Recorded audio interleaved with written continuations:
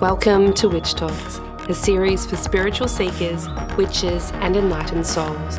I'm Hannah the Suburban Witch, an intuitive tarot reader, astrologer, and eclectic witch, and I hope you're ready to get up close and personal with your favourite witches. Hello. Now this episode is actually going to be a two-parter. The conversation was so incredibly good and it went for such a long time that I couldn't possibly squeeze it all into one episode. So make sure at the end of this episode that you save the date for when the next one comes out in 2 weeks' time and listen to the rest of Rosie's story. In this episode, I'm chatting with RoseiQuartz, an ex-pastor's kid turned witch and ethical sex worker with a penchant for psychology-based shadow work. I'm so looking forward to sharing Rosie's story and wisdom with you today. So let's get into it. Now, here is a quick content warning before we start, as the topics that we're covering today may be triggering for some listeners or viewers. These topics include religious trauma and abuse, financial abuse, sexual assault, and I urge you to tread carefully or skip this particular episode if listening may cause more harm than good. You know yourself best. RoseiQuartz is joining us via Zoom all the way from Edmonton, Canada. Hey, Rosie, welcome to the show. Hello. I'm so happy to be here. And it's so great to have you here. I'm sure you do so much more than this too. Do you want to start off by telling us a little bit more about the work that you do in the world? Okay, so this is going to cover a whole plethora of different areas. I actually started interacting first with the host of this podcast, like a year ago. You brought me back when I was still doing Cards Against Humanity Tarot on TikTok. You were one of my first Witch Talk mutuals because I really just got into TikTok content to make friends. I was seeing all these witchy people. And at the time I was really just surrounded by a very conservative Christian base. And so TikTok was this window to all these people who were like me. So from there, it actually turned into an accidental social media platform that is now my whole life. We've gone from one TikTok account to 3 total. There's a TikTok, of course, for the cosplay and makeup stuff, for my kink and educational content, the sexual assault advocacy, consent, and all of that. And then there's the shadow work, witchy one as well, kind of splitting the interest. I'm now a Twitch variety streamer. I run my own Patreon, just started my own podcast as well to talk more specifically about the accountancy stuff and whatnot. That is called DIY Sugar Baby. And now making that's the YouTube stuff is very baby. I run a full Discord community. It's it's kind of that first TikTok account literally blossomed into my own platform, which is RoseiQuartz.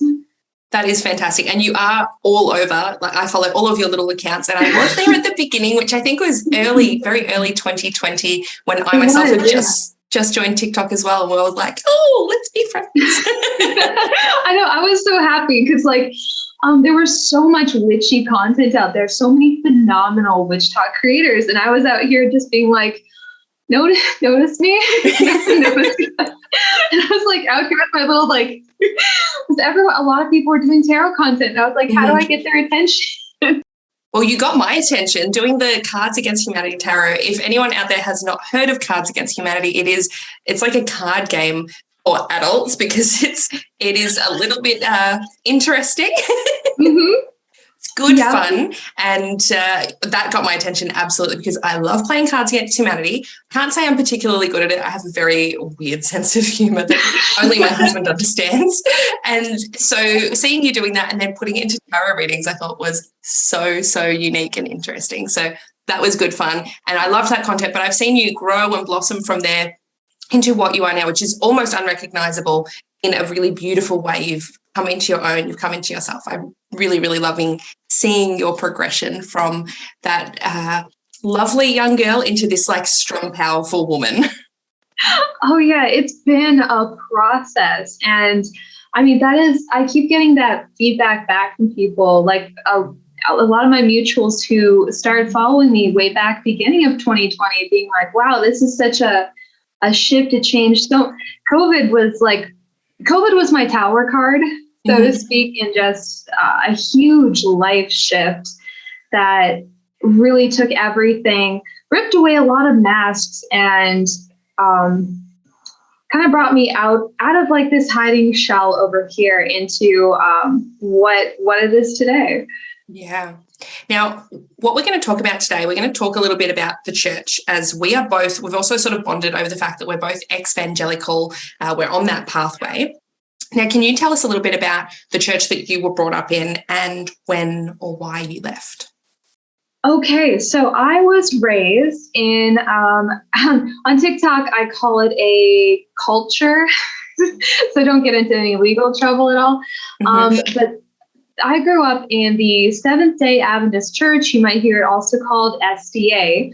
The SDA organization was born out of the Millerite movement. If you've ever heard of the Great Disappointment, essentially it was born of the movement of Jesus is coming again, and we've set a specific date. And from there, when, of course, Jesus did not come, unless there was some kind of rapture we all missed and life kept going, you got these Seventh-day Adventists, they've got a prophetess, a whole thing that's, there's, I think Jehovah's Witness was another one that grew out, possibly Mormon LDS as well. I don't quite remember, but it spawned a lot of these really interesting groups of sects of Christianity. And I was basically raised in it. I was dedicated to God as an infant/toddler. I was baptized into it. I went through their private Christian educational system combined with homeschooling, but right up until like literally kindergarten up through till university even, and married into it as well. Like there was everything about it was entrenched in my life for a very long time. And I ended up kind of almost accidentally having my entire worldview ripped away. And that wasn't my intention. I didn't actually go out of my way to deconstruct. It was kind of like this whole journey of mental health, but also the education I was receiving. What I had growing up with my mom is that I was always told she's chronically ill and all this other stuff. And I noticed that advocacy for her wasn't really there. Anytime she would try to communicate what was wrong, it was kind of dismissed, invalidated. So I actually went into counseling as my BA for university. I wanted to be a better advocate for her. And I also noticed somewhere around age 15, depression set in hardcore. And if you're raised Seventh-day Adventist, they're all about high control of behavior. So, of course, I was putting in everything. My dad became a pastor when I was a teen. We were still really a strict religious family, but then my dad became a pastor, so there's that added pressure. And I am a little bit of a perfectionist at heart, so I went hardcore for these high control over self behaviors with dress and how you eat and all this stuff, control of thoughts. And as I started taking these psychology courses and counseling courses and noticing that my mental health was steadily declining, it kind of became like this growing awareness that everything I had been taught was not right, at least in terms of effective methods of addressing mental health. That must have felt really shocking to sort of have that thought creep in, almost that doubt of, hang on a minute, this might not be right. Now I need to look at everything in my life. I'm sure that would have been a big shock for you. So was obviously this education process was part of that starting point, and then did it just spiral out from there, or what sort of was the process, and how did you find it from there into witchcraft? Well, see, once again, this leads back to my mom. My story it's very much intersected with my mom. She actually passed away my third year of university. Yeah, it was my third year. And she passed away around the age of like 43, I believe it was. Very young. Very young, right. And so I had kind of been in this place the year before in university, my second year. I had kind of come to a place with my own mental health that was so bad that I basically decided, you know what, I'm going to give myself 3 months to break some rules. And if at the end of these 3 months, my mental health doesn't feel better, then go for it. Like yeets from this mortal coil, whatever it is you need to do. So in those 3 months, I decided to have premarital intercourse. I was drinking alcohol. I just was dressing a little bit more liberally than I usually would. And I noticed that the more I engaged in what turned out was actually pretty normal, healthy human behavior, that my mental health was improving. And so that kind of became like this, but with my education plus this experience of my mental health improving by breaking these rules, I was like, oh, something's up here. And then my mom passed away the next year. And that kind of was like a shattering point for me, because I had invested everything into becoming her advocate, into becoming I'd already been one of her primary caregivers for so long. So it sort of became like this whole moment of nothing is right. Like everything I've been taught wasn't correct. And so when it came to like the witchiness and stuff, that had started, around the time I was about 17. I kind of had a lot of cognitive dissonance about what I was doing and where I was coming from. But while I was still living at home, my mom had started to develop arthritis and things like that in her hands. So I was picking up reflexology, massage therapy, essential oils, like all this like low key witchy stuff. It's like a gateway drug. A gateway drug. Turns out that was a door. It's not a door to like any kind of like terrible spiritual consequence. I was picking up these like core life skills in healing. And the concept of witch to me was very much the traditional version of like healer, wise woman, stuff like that. It was privately, it was giving me an identity. It was giving me a groundedness and a sense of self in my gender that church definitely was not. So I knew very much that my family was not about it. They go hardcore for spiritual warfare, which is basically just spiritual LARPing. But I basically kept it to myself. And I was just very low key, like over time, building this sense of identity with the term witch.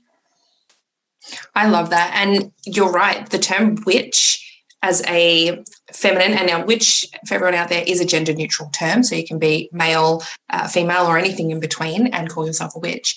But the idea of witch as a woman then compared to the church's idea of a woman is so drastically different. One is in their power, they make their decisions, they are allowed to learn and, do all of these things that when you're in the church, it is do not question, do as you're told, obey. And if you step out of line, it's so totally different. So now in this whole journey that you've been on, what have you found to be the biggest hurdle when deconstructing from your religion? Honestly, the biggest hurdle, at least for myself, was kind of a combination of conditioning and grief. Because there's, at least with like what I grew up with, there's a lot of emphasis on conditioning you from childhood onward. It starts like from infancy, they train you up in the way that you should go. So there tends to be conditioning through positive stimulus, which is like the positive affirmation and serving and being a good Christian, as well as like the aversive stimulus of fear, shame, and guilt. And so over time, what that does is it reinforces a neurological framework that has years behind it, and that is not easily gotten rid of. So even if you can logically know that all the scientific research says that something's okay, if you've been conditioned to believe it's not okay, those walls are going to come into play. Like lizard brain is still going to register fear, even if logic brain is not. So there was kind of like, you still have to undo the conditioning. And then there was also, I found the more I deconstructed, the more grief and then anger I started to feel at lost time. At just being like, oh my gosh, I lost so much of my life and my identity investing my energy in this identity of being the good pastor's daughter. It was kind of like this thing of, I cannot believe they cost me who I am today, right? Like that's part of the deconstruction process, is also processing the grief of, because it is valid. That is important to put out there, is that a lot of people will tell you, at least you're this way now. But the truth is, like, that doesn't make up for what it cost you and what their biases cost you in your life. Mm-hmm. I agree. And like, whilst I have a similar story, I don't think I quite felt the anger that you're describing at losing time, but I definitely felt the grief from, especially when you've grown up with this as your community and it's all of your friends, it is all of your family, extended family, however far it goes, and suddenly that's all ripped away. And in my case, we were kicked out of the church, so it was very much cut and dry. You're gone. Straight heat. Oh no. So see you later. So it was very shocking for me. That was a big shock. Whereas for yourself, it sounds like that was more of a gradual stepping away. So interesting that we had sort of similar feelings, even though it was slightly differently done. Oh yeah, and definitely for me, I know a lot of the anger had to do with crossing of ethical boundaries into my consent, my autonomy by the people in positions of leadership. Because when you're a pastor's kid, and I've spoken about this a lot on some of my TikToks, is that I never felt like I was not desired. Like, there's a lot of people who feel that they got treated badly or anything like that. I'm like, no, I have the opposite problem where I feel very desired because I'm a propaganda tool. So anger is a defense response. It's your immune system for your emotions, right? So for me, that anger response also had a lot to do with my boundaries being crossed, because even as I was deconstructing, that spiritual warfare component pops in. And so the people in my life, like family members, between my ex and I, we had 7+ pastors in our families. So as they would see me start to pull away, there would be a response, a crossing the boundaries in some way. So that is more for me, where it was like there was a lot of grief. And then at the same time, like my body, I didn't even recognize it always at the time, but there was definitely an anger response of I didn't even know it was my consent or autonomy being overstepped, but still registering it in some subconscious way. Mm-hmm. Your body definitely knows when that boundary has been crossed. You can feel it, even if you can't articulate it at the time. And do you think that what I've experienced in terms of, I have a lot of friends who were children of the pastors and that sort of thing. So I've seen that pressure that can be there for kids of pastors, because you're basically a reflection on them, is how they see it. And if you step out of line, that shows up on them. So I can imagine that coming down pretty hard on you to step back in line and sort yourself out. Did you feel that pressure? Absolutely. And I was doing a good job of it. And honestly, I know that I literally could throw the mask back on at any point I wanted to. Just at any point, I could give up everything I've accomplished now and go right back and be like, I've repented. And they'd never know I was lying, because that's just how good pastors' kids get at masking. Like, there's literally nothing easier in the world to pretend than good Christian behavior. It's like, so they buy it immediately. It's because they want that. They want you to be that saved person who's been redeemed and come back. Like, my value as a propaganda tool has actually gone up since leaving the church. Absolutely. Because, if I come back, that's the testimony, right? They're gonna be like, I used to be a prodigal witch. son has returned. The prodigal daughter. Gosh. Oh my gosh. I literally had to report my dad's YouTube recently, like his church's YouTube, for continuing to use me as a propaganda tool in that way. So he's still preaching? Yeah. Okay. Yeah. And literally, I had a friend notify me and be like, your dad's been kind of sus with his sermons lately. And so I go back, and about 6 sermons in a row were childhood stories of me and redemption arcs for accountants, so to speak. And then the very last one, he threw up a picture of me in the sermon, like at my grad with him. And I was like, gotcha. I did not consent to my image being used in your church's social media. And so I went to YouTube's legal team and I was like, take this down, please, because I did not consent to this. I definitely, because at no point had my father in the sermons been honest with his congregation about where I am now whatsoever. So I was like, misrepresentation.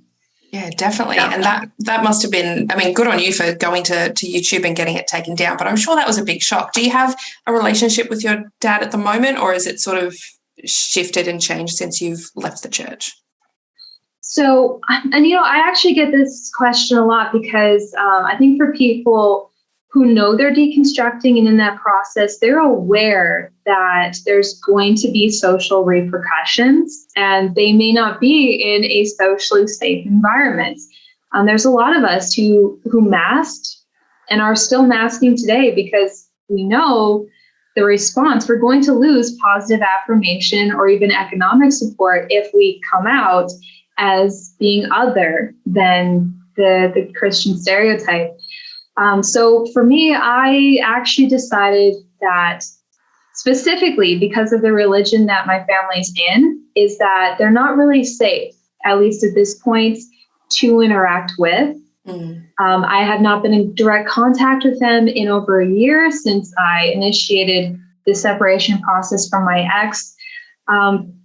What they believe about God, about the end times, things like that, it's not safe. It's not safe to interact with. It's all about God is the second coming. The Sunday keepers are going to try to unalive us. The government's coming for us. Like when I say like this culture gets weird, it gets weird. And so as you start applying like the science to what some religions believe, it starts to fall apart. Like the prophetess that my family believes in, like Ellen G. White. And she was struck in the temporal lobe as a child. And the temporal lobe is actually the area of the brain where if there's damage, it's very common for you to start having auditory and visual hallucinations. So as an adult, she starts having visions about the end times right around William Miller's thing. She became very tied up in all of that and then became the prophetess for the Seventh-day Adventist Church based on her visions. However, if you're studying any kind of medical anything and you're just like, well, she's probably just somebody with extensive brain damage. Yeah. And then coupled with any form of religious conditioning around this storyline, that's obviously going to come through in hallucinations of any kind. Oh, absolutely. And there's also confirmation bias. Yeah. They end up continuing to use her as a prophetess through what they call the spirit of prophecy. Spiritual gifts and things like that. So speaking in tongues, prophecy, different types of service. And what they did with Ellen White was we know that her visions are from God because they correlate to scripture. But that's confirmation bias because Ellen White had nothing else that was in her environment to hallucinate about. Yeah. She literally was like her only source of information coming in was the Bible, was these sermons about the end times. Like what else would she be hallucinating about? Exactly.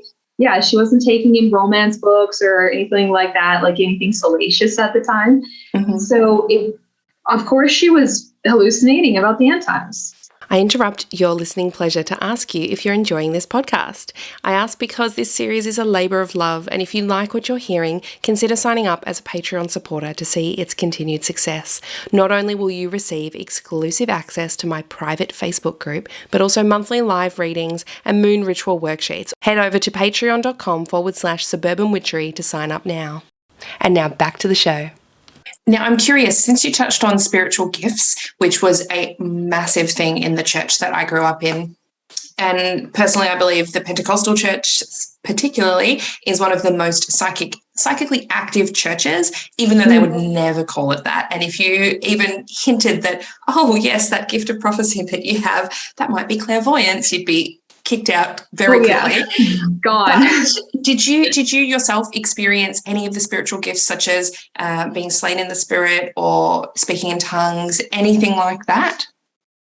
So for me, the gift that I perceived as having was intuition and touch, because as I started learning reflexology and things like that, like I started noticing that I could just feel like different types of energy with different people and pick up on just things around them. especially if like you're doing like shoulder massages or stuff like that. You just feel all of this stuff that's in there that they're holding, and you're releasing it, and you're part of that process. So for me, I perceived it as a gift of healing. It was kind of what it was. Healing I was hands. also, Laying on hands. Laying on of hands, exactly. To be honest, like the concept, it bothered me. The concept of spiritual gifts bothered me. The call to be a missionary bothered me. For a long time, I didn't realize why. And down the road, I recognized, well, it's the lack of consent. It's the whole, you've got this, God's given you a gift, or God wants you to go serve as a missionary, but you're like, I don't want to. Like, what if I don't want to? So my church did not really do the like slain in the spirit, speaking in tongues stuff. They're the lawyers of the Christian world. And Adventists will debate you in circles. And it's very easy to get lost in what they're saying, because like when it comes to the theology, they found a way where it makes sense. But if you look at it from like the scientific perspective, the anthropological perspective, sociological perspective, it's easy to pick it apart from the outside. But usually if you're in that church, you're not getting that next level education unless you're actually at the top. They squash any form of critical thinking as well, so that you can't question it when it's happening. And it's definitely not in the culture to question your pastor or question anyone who's a leader or an authority figure. So any of the pastors, any of the, women's ministries, leaders, like anything that's coming at you, it's just sit down and they're telling the truth and they're working for God, and what they say is God's word. So it's yes. It's very difficult for anyone who's starting to question to even try and fight back. Well, exactly. And I found, looking back, something that they were doing was they would give a sense of authority to these church leaders through the theology degrees. But those degrees don't actually really give you, like, they take maybe one psychology class or counseling class, if that. Very rarely do they had that. Even if they got that, right? So these leaders will have these theology degrees where they're,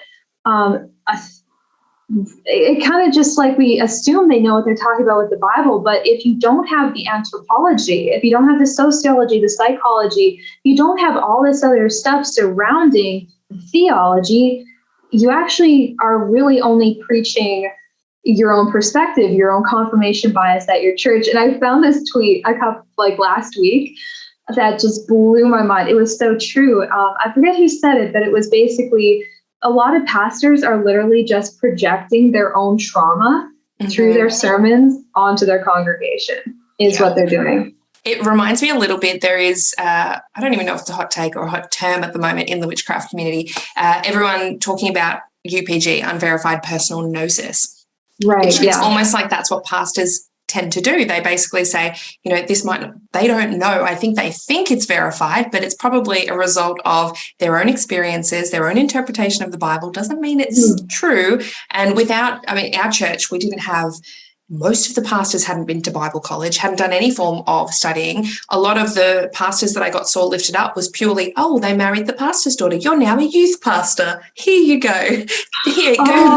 Oh my God. Preach to all the children and tell them what to do. Like, it's so frustrating to see it. But when you're in it, you're just like, God's calling is upon them. They've been lifted up. It's so frustrating. It is honestly so frustrating. And ethically, pastors should not be counseling people. They really should not. And like youth pastors out here talking with young people about like sex addiction or porn addiction and telling young people that these are doors to addiction. I've heard of like some religions literally have charts that show like a progression of like masturbation to cannibalism. I'm like, what? Yeah, they're just like, it's a door to a door to a door to a door. It makes me think of, is it Mean Girls when they come on and they say, if you have sex, you'll get pregnant and die. You die. Yeah, right. It's like, here's the thing. Sex addiction is not in the DSM-5. Now there's porn addiction, because usually those types of escapist things are symptoms of something else. you don't see a brain change with things like consumption of porn, for example, or sex that you see with, like, let's say LSD or cocaine or anything like that. Like, the brain change is not there to indicate an addiction.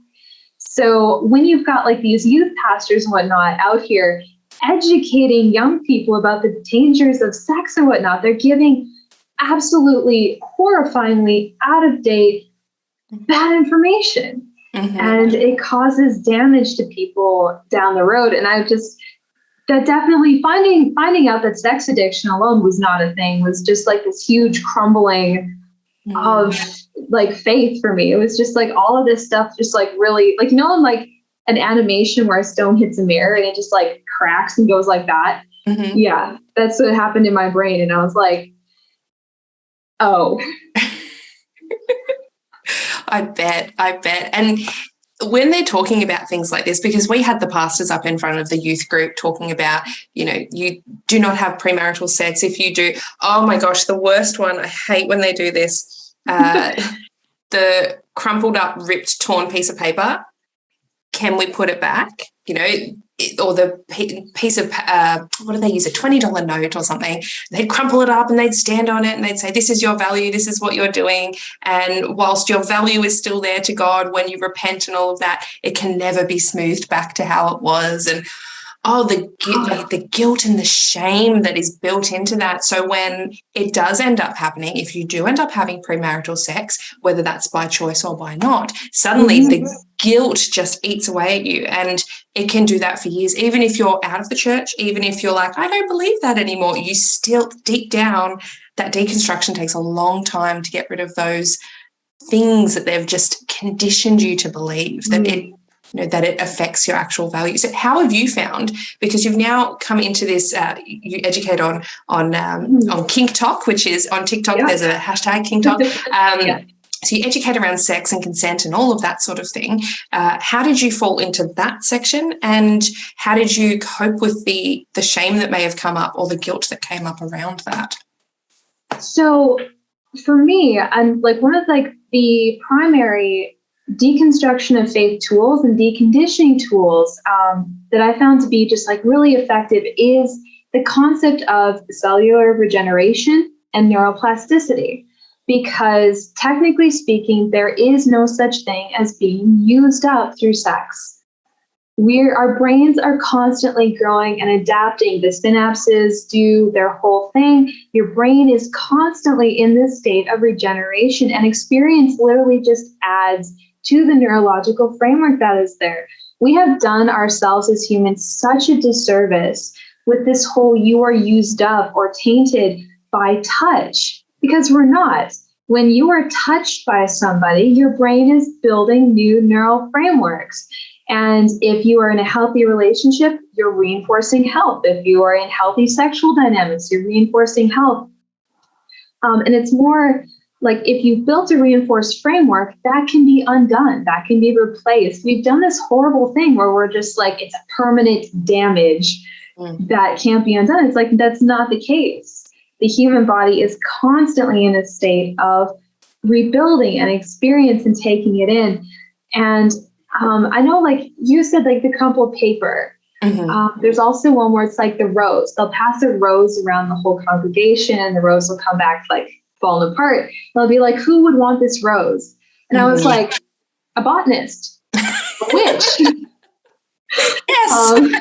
Like there's so many different people who, and that was the thing for me. I was like, a witch would. You know how many uses that rose still has? It doesn't matter that it's no longer aesthetically pleasing. You could put that in a bath. You could put that in a tea. You could dry it in its pot for it. Like there's so many uses for this here.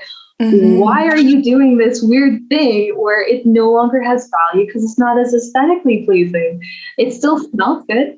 That absolutely falls into as well something else that I noticed growing up and since deconstructing, this absolute emphasis on things that are aesthetically pleasing. And I don't know if you had it so much in your church. I know you said there were some ideas around what you can wear. However, with my church, what I noticed was everyone who was in there, and especially people who were in a position of power, the women particularly, what I'm talking about is they would all start to look like each other. Actually, the men as well, they would start to be carbon copies of the pastors that were up on stage. So we'd have teenage boys wearing button-up shirts, like suits, like they would look like they're about to jump up and start preaching. And it was this culture of having to look a certain way and be really, really well dressed, especially wearing things like label clothes, like high fashion label clothes, which to our church, we had the prosperity doctrine, which was, if the pastors are doing well, it's because God is shining his light on them. If the church is doing well, it's because God has blessed us. If you are doing well in your life, God has blessed you. If you're not, that means you're doing something wrong and you need to repent and you need to ask for forgiveness. So it's really shameful and an absolute mind game. It is. I felt that pressure to dress a certain way, and if I couldn't, because financially to buy a lot of clothes when you're a young teenage girl, and my parents were like, we're not giving you clothes like what everyone else is wearing. The pressure and the dynamics and the self and the shame and confidence, all of that, all for me wound up with I had disordered eating. And I think that was a lot of just trying to fit into this image. How did it affect you and your self-worth and self-image going through that sort of thing? So for me, there was actually, I was succeeding at it and burning out. And the church I grew up in is like Midwest prairie community. Their aesthetic, at least like, especially when I was a kid in the 90s, it was horrible. It was just those baggy flower stack dresses with the floral prints, Laura Ingalls Wilder vibes. It was so bad. And over time though, like I said, I have a very perfectionistic streak, and I made it my life's goal to embody all the values as much as possible. I tried to be the perfect pastor's kid as much as I possibly could. And so I was serving myself to burn out over and over and over again, and not even doing it in effective, actually long-term helpful ways for the people I was serving. And that actually set me up for kind of like the abusive situation that I ended up in later in life. Because you're asking like, how did I move through into kink talk and whatnot? I started because like I kind of had my TikTok privately, so like it wasn't set to private, but I didn't tell anybody I was making TikToks. I didn't tell anyone I was making witch content. Nobody knew about it. And what a lot of people didn't know is that, like, I got married at about 24. I thought that was waiting. So many of my friends, they were getting married so much younger just because sex before marriage was a sin. Exactly. Oh my God, I just need to. And so we're getting married so young, and it was not going well. We had actually moved right to the same city as his parents. His father was a pastor as well. Like, we were a pastor's kid who married a pastor's kid.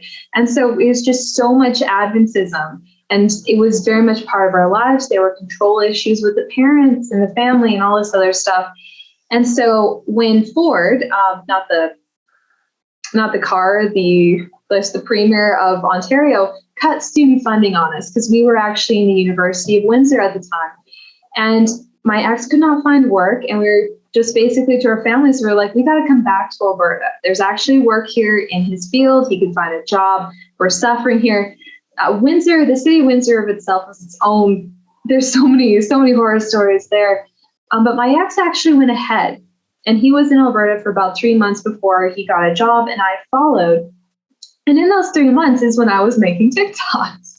I was escaping very much mentally being, I actually had this plan that I was going to shut down my social media when I got to Alberta. It was kind of like this, I had been worn down. Like, these people in my life, they don't know how close they had me to just giving up and going right back to good pastor's kid autopilot, because I had left church at that point, but I wasn't out about anything else. And they were really trying to break me down to come back. And I was this close to putting the mask back on and just submitting, so to speak.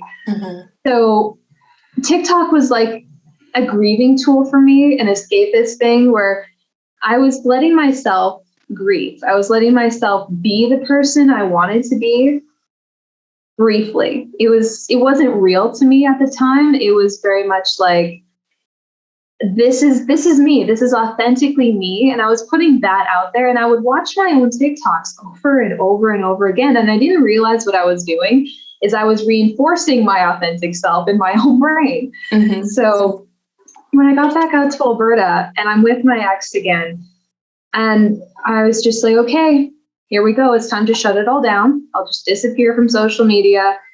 And I couldn't do it. I found myself on the couch at 3 a.m. staring at my phone, staring at the deactivated account, and couldn't do it. And instead, I went over to Instagram and made my Instagram public to my family. Like basically anybody could see it because nobody knew about TikTok, but for me to make Instagram public, now it was open for like previous people I'd gone to school with to see, my family to see, and that's when they found out about it all. But it was that very decisive moment where I could not give up the person that I was building. I had fallen in love with Rosei.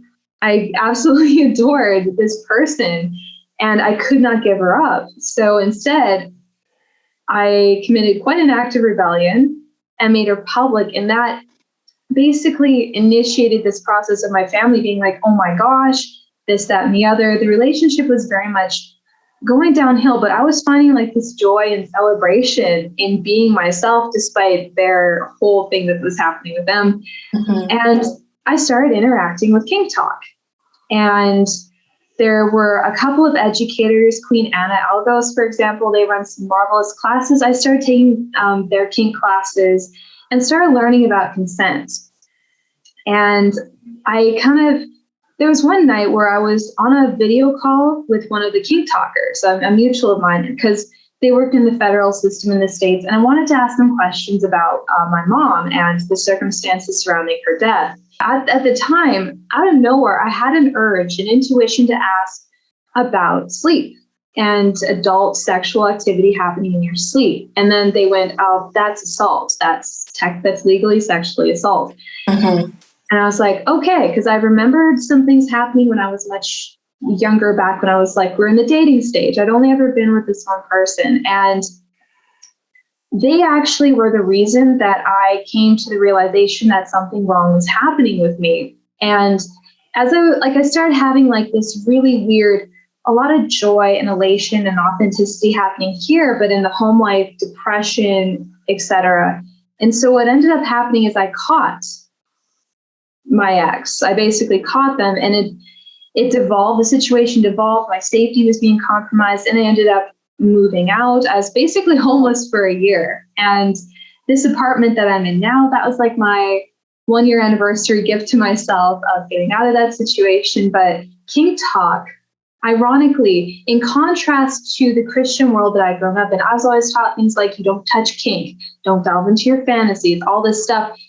And it was the kink world that was educated about consent. They were the ones who were telling me, like, this is safety, this is what it's like, this is the prize model, freely given, reversible, enthusiastic, all that good stuff. And it was once again another like mirror shattering moment for me to interact with the kink community and realize how vital and important kink education is to deconstruction of faith.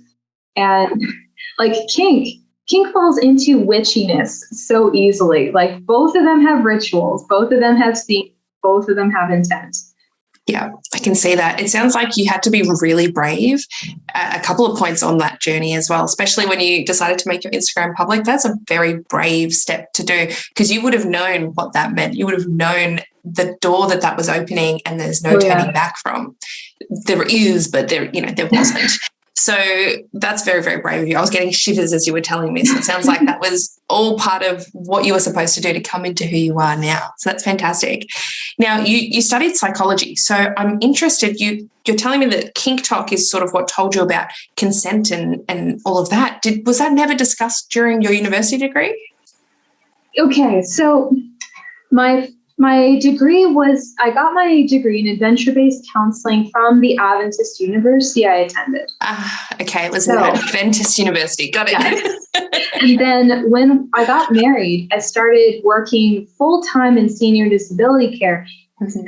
That also, like when I started realizing how professionally you're supposed to treat people who are ill, who are disabled, who are elderly versus the Christian version of service, I was like, wow, there's so much harm that's being perpetrated here, especially ethically.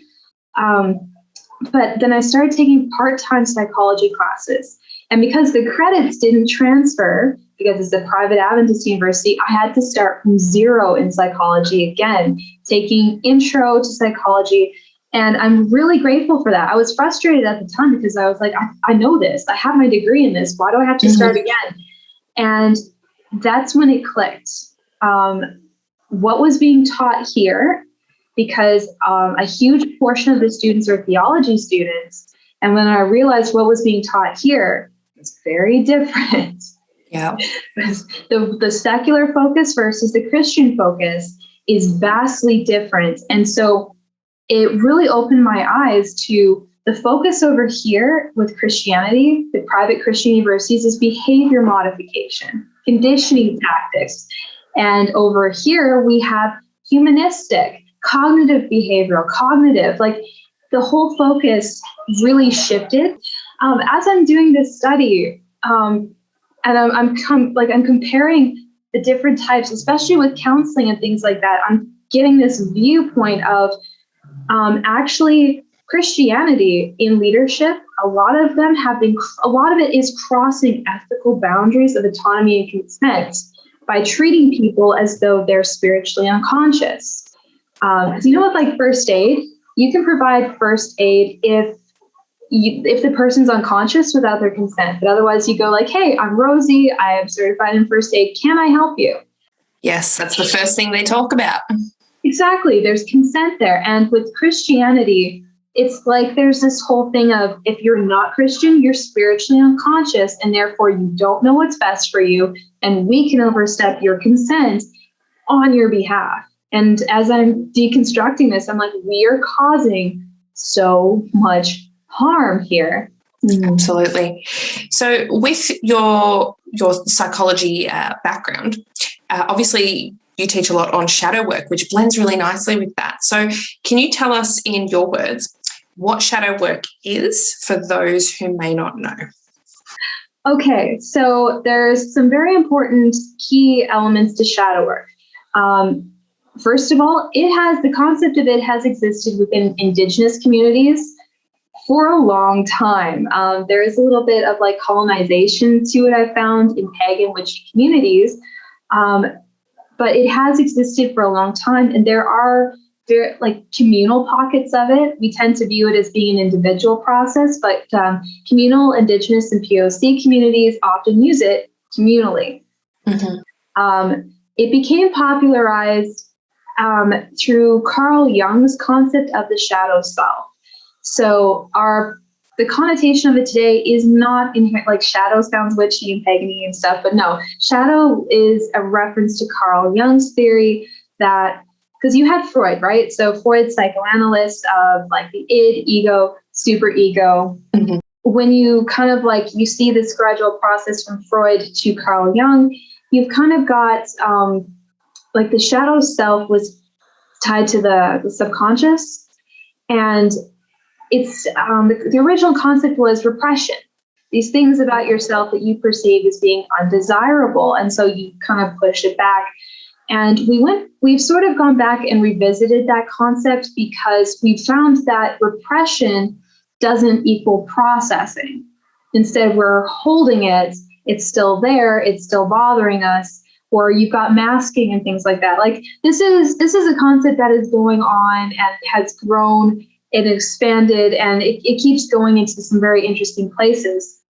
However, shadow work is not covered by any realm of psychological school. You can't get a degree in it. You can get certifications, but if anybody tells you that it's something on that level of a school of psychology is covering it, it's not currently.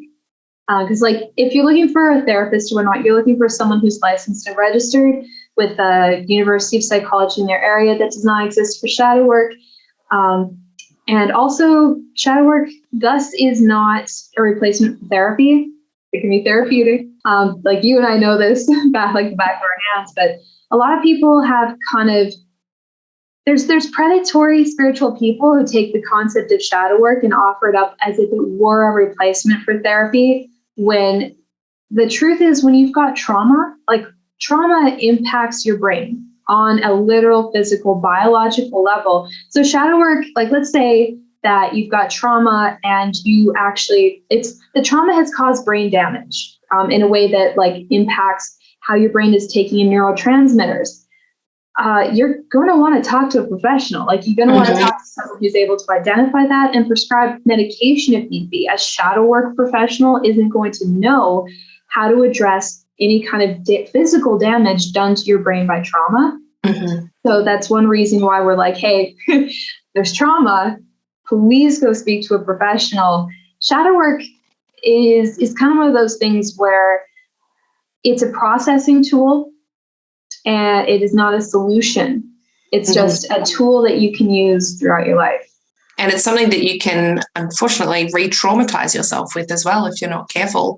And if you go somewhere that you're not ready to go yet. We don't, as what I see out there in social media, and I'm really careful when I do anything touching on shadow work to say, do this alongside a licensed professional that you can talk with, that can help you through it. If you don't have access to that, because that is what a lot of people see this as, I don't have access, financial access to a professional, so I'm going to do it myself. But you can really harm yourself if you're not going at it properly alongside someone, if you've got trauma in your past. And so it's really, really crucial that people understand that, or at least understand their limits, or go super, super slowly and super gently. It's, one thing to recognize an area that you may have repressed that might actually be a benefit to you, which a lot of people do when they're coming from religion. They've repressed these parts of themselves that are not accepted in the church, and to suddenly just unearth them, that could be really traumatizing. Like, oh, actually I am like that. Oh no. And then they freak out. All sorts of things can happen, but to sort of unearth it slowly and be like, okay, that's a possibility. All right, we'll just put that down there now. I'll just think on it, let myself process that. But yeah, if you have access, definitely do it alongside someone who knows what they're doing, because it can be damaging.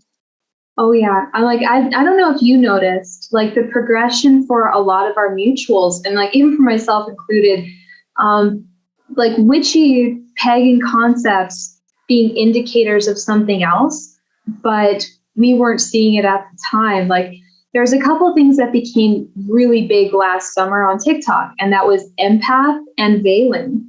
Yeah, veiling. I remember that being a big thing. Huge. It was huge. And people being like, veiling is helping me shield from other people's energies, and I'm an empath and I can sense other people's stuff and whatnot. And then a whole bunch of people the next year being like, so I was diagnosed autistic. Yeah. And then having to process that, or like there's just a neurodivergence they weren't aware of, or trauma they weren't aware of. And they were like, well, I talked to a therapist and I have fawn trauma responses and am hyper aware of all this, like of other people's emotions, because I need to keep myself safe.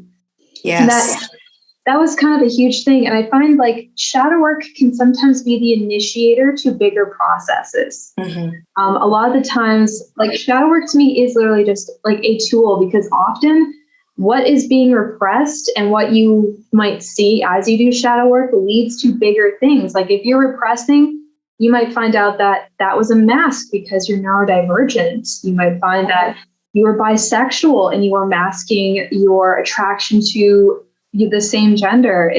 There's so many different things that like shadow work basically initiates the awareness, and then from there you move on to addressing what that shadow work then made you aware of.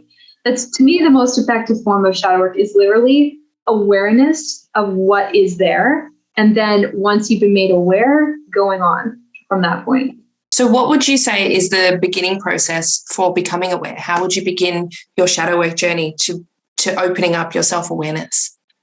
So shadow work is fairly flexible. You don't have to do it while you're writing. You don't have to be traditional about it. You can do it kinetically. If you have trouble focusing in certain ways, like meditation or whatnot, like you're just sitting there, you can do it while swimming or running. The shadow work really is just that whole being with yourself in what is uncomfortable, and recognizing when something uncomfortable happens and being like, oh, that didn't feel good. Why did that not feel good? And then examining it. Because a lot of the times with shadow work, And it can even be positive affirmation. A lot of people don't know this, but like positive affirmation isn't always safe. There's a lot of times positive affirmation is used as a form of conditioning or being like, I'll give you this as long as you behave kind of thing, right? So shadow work can also be, an awareness of like, I'll lose positive affirmation if I change. What am I hiding that will cost me positive affirmation? Mm-hmm. So it's kind of like this, shadow work is a very internal process that nobody else has to know is happening. Shadow work can be a very effective tool for deconstruction of faith because it's kind of sitting down with what's uncomfortable. Mm-hmm. And that can also lead to being like, oh, I'm not actually Christian. I don't believe this, or I don't, even if this deity is real, I don't like this. I don't want to be here.